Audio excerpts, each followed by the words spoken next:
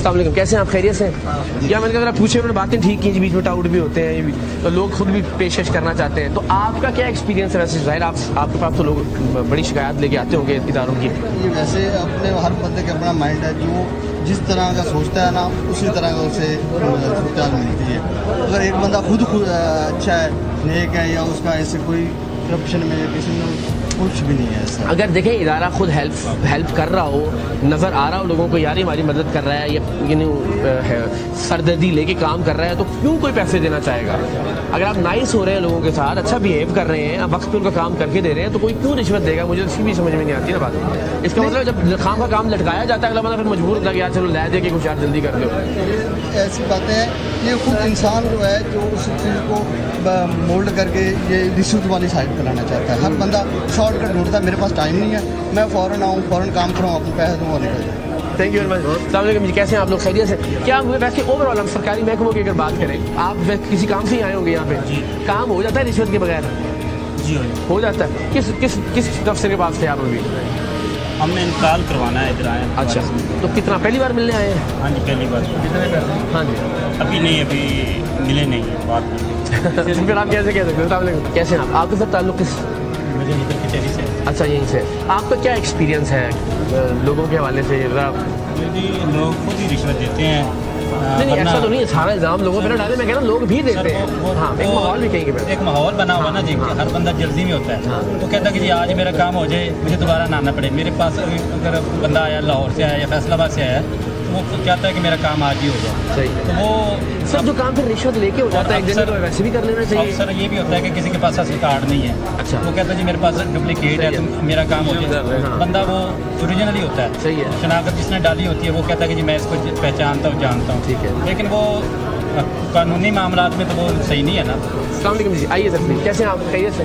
मैं सर यहाँ पे स्टैम्प वेंडर हूँ। अच्छा, माशाल्लाह। और मेरी आपसे गुजारिश है, यहाँ पे इस वक्त जितने भी लोग खड़े हुए सर, जिनके आप व्यूज़ ले रहे हैं, जो असल मकसद है आपका, जी। वो इन लोगों से मेरे समेत मेरे बयान समेत किसी से असल जो मकसद आपका है वो नहीं निकलेगा जी। यहाँ पे कोई पब्लिक का बंदा नहीं। ठीक है, ठीक है, ओके। कोई ना कोई किसी ना किसी तरीके से रेफरेंस है, कोई किसी के साथ रिलेटेड है। हाँ, पब्लिक का यहाँ पे कोई बंदा समझ गया, नहीं। ठीक जो आप चाहते हैं वो मेरे या जिनके आपने बयान दिए, यहाँ से नहीं है, कोई नहीं है। ठीक है। ये जो साइड जिनमें मैं भी शामिल हूँ, ये दूसरी साइड नहीं है। अच्छा, ये दूसरी साइड नहीं है, ये पब्लिक नहीं है, फिर इसको क्या कहना है? ये थर्ड पर्सन है, थर्ड पार्टी। तो इसका इस सारे मामले में, इस लेन देन के चक्कर के अंदर कोई रोल नहीं है या इसकी कोई रेलेवेंस? ये थर्ड पार्टी इन्वॉल्व होती है सर इसमें। ओके जी, ये जितने भी खड़े हैं ये थर्ड पार्टी, कहीं ना कहीं इनकी पब्लिक इन्वॉल्वमेंट नहीं होती है। जी बिल्कुल। इतने सारे लोगों में से एक आध ने ही खुलकर बात की, इसलिए कि इनमें से अक्सर लोग या तो इन्हीं दफातर के सरकारी अहलकार थे या फिर अपने अपने काम लेकर इन सरकारी दफातर में आए हुए थे, और इस डर से कैमरे के सामने बात करने से कतरा रहे थे कि कहीं बाद में अपना काम करवाने में इन्हें किसी मुश्किल का सामना न करना पड़े। बस इसी मिजाज और खौफ की वजह से ये लोग सरकारी अफसरान और अहलकारों को रिश्वत भी देते हैं। हमारे उकाड़ा जाने से पहले ही मकामी अमायदीन, वकला कम्युनिटी के नुमाइंदगान, सिविल सोसाइटी के अहबाब और सहाफ़ी दोस्तों के तवस्सुत से हम तक डिप्टी कमिश्नर उकाड़ा डॉक्टर ज़ीशान की नेक शोहरत की खबरें पहुंच चुकी थी। शहर के कमोबेश सभी लोग डॉक्टर ज़ीशान को नेक दीनत और अपराइट अफसर के तौर पर जानते और सराहते हैं। तहसीलदार की करप्शन पर काम करने वाले हमारे नुमाइंदों ने भी उकाड़ा में डिप्टी कमिश्नर डॉक्टर ज़ीशान की दयानतदारी और फर्ज शनासी को रिपोर्ट किया था।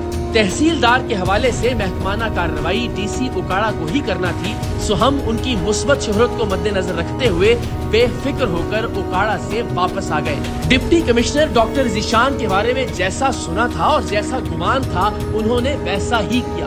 उन्होंने खुद हमसे राबता करके तहसीलदार महबूब शेरवानी और उनसे मुताल्लिक दीगर अफसरान को उनके ओहदों से हटाने का नोटिफिकेशन हमें भिजवा दिया। हमने इसके बाद इसको इंक्वायरी करवाया रात तक, इसमें पता चला कि कुछ ना कुछ इन्वॉल्वमेंट महसूस हुई, क्या ऐसी कोई चीज़ थी, तो फ़ौरन ही ADCR की कमेटी बनी, उन्होंने इंक्वायर किया, उन्होंने इस पर अपनी इंक्वायरी रिपोर्ट हमें दी। इस इंक्वायरी रिपोर्ट के सिलसिले में उस पर अमल दरामद करते हुए हमने सबसे पहले तहसीलदार को सरेंडर किया वापस उसके पेरेंट डिपार्टमेंट असम्बली को। جو ہمارے آفس میں باقی ملازمین تھے جس میں تمام 5 رجسٹری مہرج تھے اور ایک ہمارا جو قاسم ماں موجود تھا، ان تمام کو سسپینڈ کر دیا اور ان پہ جو ڈسپلنری ایکشن ہے میڈیا کے تحت ان پہ کارروائی کا اسٹارٹ کر دیا گیا اور ودن 3 days ہم ان پہ ایکشن لے کے ان کو جو اس کی سزا ہوگی ان کو سزا دیں۔ تو ہم اس پہ شکر گزار بھی ہیں کہ جہاں پہ آپ نے پوائنٹ آؤٹ کیا، اور انشاءاللہ آگے بھی آپ ہمیں جہاں پہ پوائنٹ آؤٹ کریں گے، جہاں کو پرابلم نظر آئے گا، اس پہ بالکل گورنمنٹ آف پنجاب کی بڑی اسٹرکٹ ڈائریکشنز ہیں کہ کسی طرح سے بھی کسی بندے کی بھی ایسی ایکٹیویٹی ہم برداشت نہیں کریں گے جو گورنمنٹ کے لیے، جو ہمارے محکمے کے لیے بدنامی کا باعث بنے، اور جو ایسے لوگ ہوں گے they will be taken to the task.